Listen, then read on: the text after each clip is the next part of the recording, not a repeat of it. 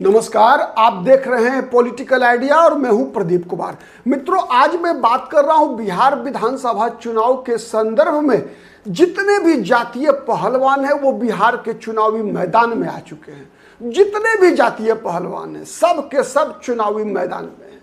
तो कहावत है कि जब जब जातिवादी मेहरबान हो तो कोई ना कोई तो पहलवान बनेगा ही। तो अभी जो जितने जातिवादी मैदान में है उसका सबसे ज्यादा लाभ मिलने की जो स्थिति है में तेजस्वी यादव है। मैं क्यों कह रहा हूं, समझने का प्रयास कीजिए। वर्तमान परिस्थिति में आपने देखा, बात शुरुआत होती है कहां से? उत्तर प्रदेश के इटावा में एक घटना घटती है। और इटावा के घटना घटी क्या? तो वहां एक भगवान श्री कृष्ण की जात, माने जिस जाति में भगवान श्री कृष्ण ने जन्म लिया था उसी जाति में जन्म लेने वाले एक अन्य व्यक्ति को, दादरपुर गांव है एक इटावा में, वहां के ब्राह्मणों ने, तथाकथित ब्राह्मण मैं कहता हूं, क्योंकि ब्राह्मण का मतलब तो होता है ज्ञानी, तथाकथित ब्राह्मणों ने उनको कथा का वाचन करने से, माने भागवत कथा कहने से रोक दिया। मतलब भगवान का जन्म जिस जाति में हुआ था उसी जाति के लोगों को आप कल्पना कर सकते हैं कि कथा का वाचन करने से रोक दिया। अब उसके बाद वहां पर विवाद खड़ा हुआ। विवाद में वहां उन लोगों का बाल मुड़ दिया गया, पेशाब छिड़का गया। मतलब जितने भी आपराधिक कृत्य, मैं कहता हूं क्रिमिनल एक्टिविटीज, वो सब उनके साथ किया गया। उसके बाद एफआईआर हुआ, पुलिस जांच कर रही है। ये बात सही है कि हर दोषी को सजा मिलना चाहिए, क्योंकि ये क्रिमिनल एक्टिविटीज है। ये कोई सामाजिक, केवल आप कहेंगे कि सामाजिक बुराई, ऐसा नहीं है, ये आपराधिक कृत्य है। तो आपराधिक कृत्य में अपराधियों की तरह कानून के अनुसार कार्रवाई होनी चाहिए, नंबर 1। नंबर 2, जहां तक समाज की बात है तो समाज को भी सबसे बड़ी चीज क्या है कि ये सभी चीजें, अगर किसी ने ये कहा कि नहीं, किसी जाति को इसका अधिकार नहीं, इसका मतलब है कि उसको भागवत का पता ही नहीं है कि भागवत है क्या, नहीं, सबसे बड़ी बात है। तो ये एक कह सकते हैं कि हमारे समाज के अंदर जो शिक्षा का महत्व है, कितना महत्व है उसका, इसको समझने की आवश्यकता है। केवल ब्राह्मण के कोख से जन्म लेने से ही कोई ब्राह्मण हो जाता है, ऐसा हमारे जमाने में, एक जमाने में नहीं हुआ करता था। अदरवाइज वेद व्यास ने इन पुराणों की रचना नहीं की होती, ठीक है। और वेद व्यास कौन थे? एक मछुआरन की कोख से जन्म लिया था उन्होंने, लेकिन वो ब्रह्मर्षि थे, मतलब ब्राह्मण समाज ने माना उनको। वाल्मीकि ने रामायण की रचना की, वहां माता सीता उनके आश्रम में रहा करती थी। तो वाल्मीकि किस कुल में जन्म हुआ भगवान वाल्मीकि का, आप अनुमान लगा सकते हैं। कई ऐसे उदाहरण है, इससे भरा पड़ा है हमारा इतिहास। खैर, उसमें हम नहीं जाना चाहते। हम बात कर रहे हैं राजनीति, उस पर जो राजनीति हो रही है। उसके बाद बिहार में क्या हुआ? बिहार में लोगों ने एक आरजेडी की प्रवक्ता है, सारिका पासवान है, ठीक। उन्होंने कहा, एक पत्रकार को बाइट देते समय उन्होंने कहा कि बरबेश्वर मुखिया मुर्दाबाद। ठीक है, राजनीति है, हर व्यक्ति को अपने विपक्षी राजनेता के जिंदाबाद और मुर्दाबाद करने का अधिकार है। बीजेपी के लोग भी बोलते हैं, हर जाति के लोग अलग अलग जगह पर लोग बोलते हैं, अपने विपक्षी नेता के लिए मुर्दाबाद जिंदाबाद करते हैं लोग। इसमें कोई कुछ भी नया नहीं था।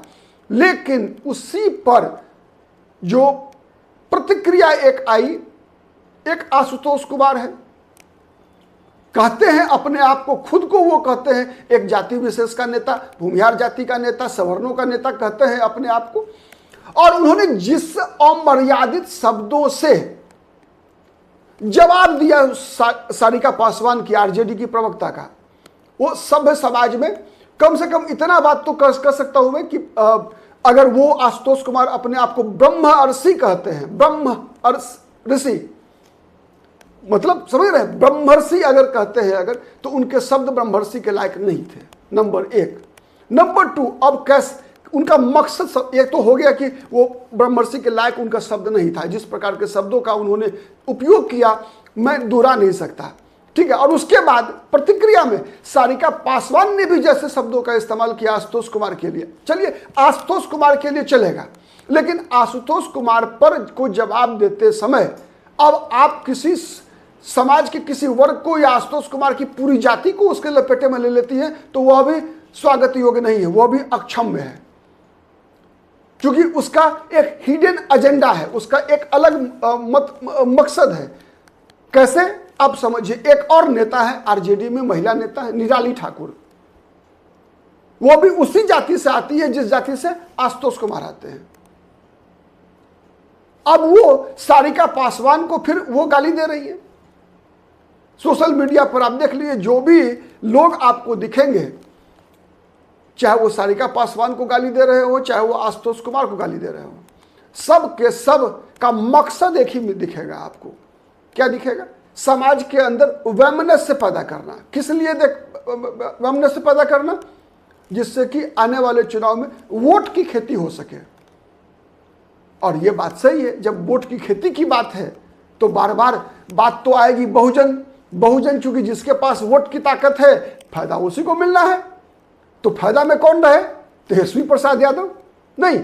अगर मान लीजिए, अगर इसी आधार पर कई चुनाव 90, 95, 2000 ये 3 चुनाव और उसके से लगे सटे हुए लोकसभा के कई चुनाव, अगर लालू प्रसाद यादव ने जीता तो क्यों जीता बिहार में? इसलिए जीता कि ध्रुवीकरण जो होता था मतदाताओं का, वो जाति के आधार पर होता था और ध्रुवीकरण होता था सवर्णों के खिलाफ, नहीं ब्राह्मण भूमिहार के खिलाफ। वो ध्रुवीकरण कराकर ही चुनाव जीता करते थे।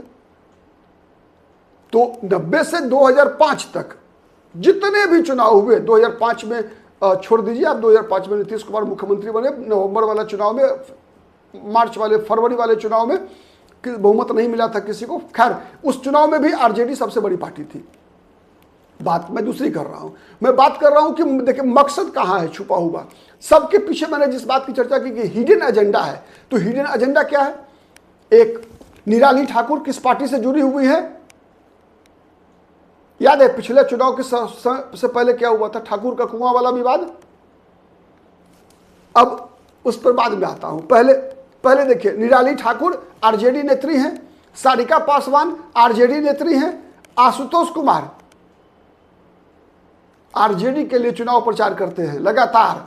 याद कीजिए, मोकामा विधानसभा चुनाव, बोछा विधानसभा चुनाव, मतलब पूरा चुनाव प्रचार जो जब भी वो राजनीतिक बयानबाजी होती है उनकी आरजेडी के पक्ष में होती है। समझ आया? कुछ नहीं आया? आ गया होगा, जरूर आया होगा आपको समझ। तो ये खेल है, कहावत है कि सबसे आसान तरीका है चुनाव जीतने का, समाज के अंदर वैमनस्य पैदा करना।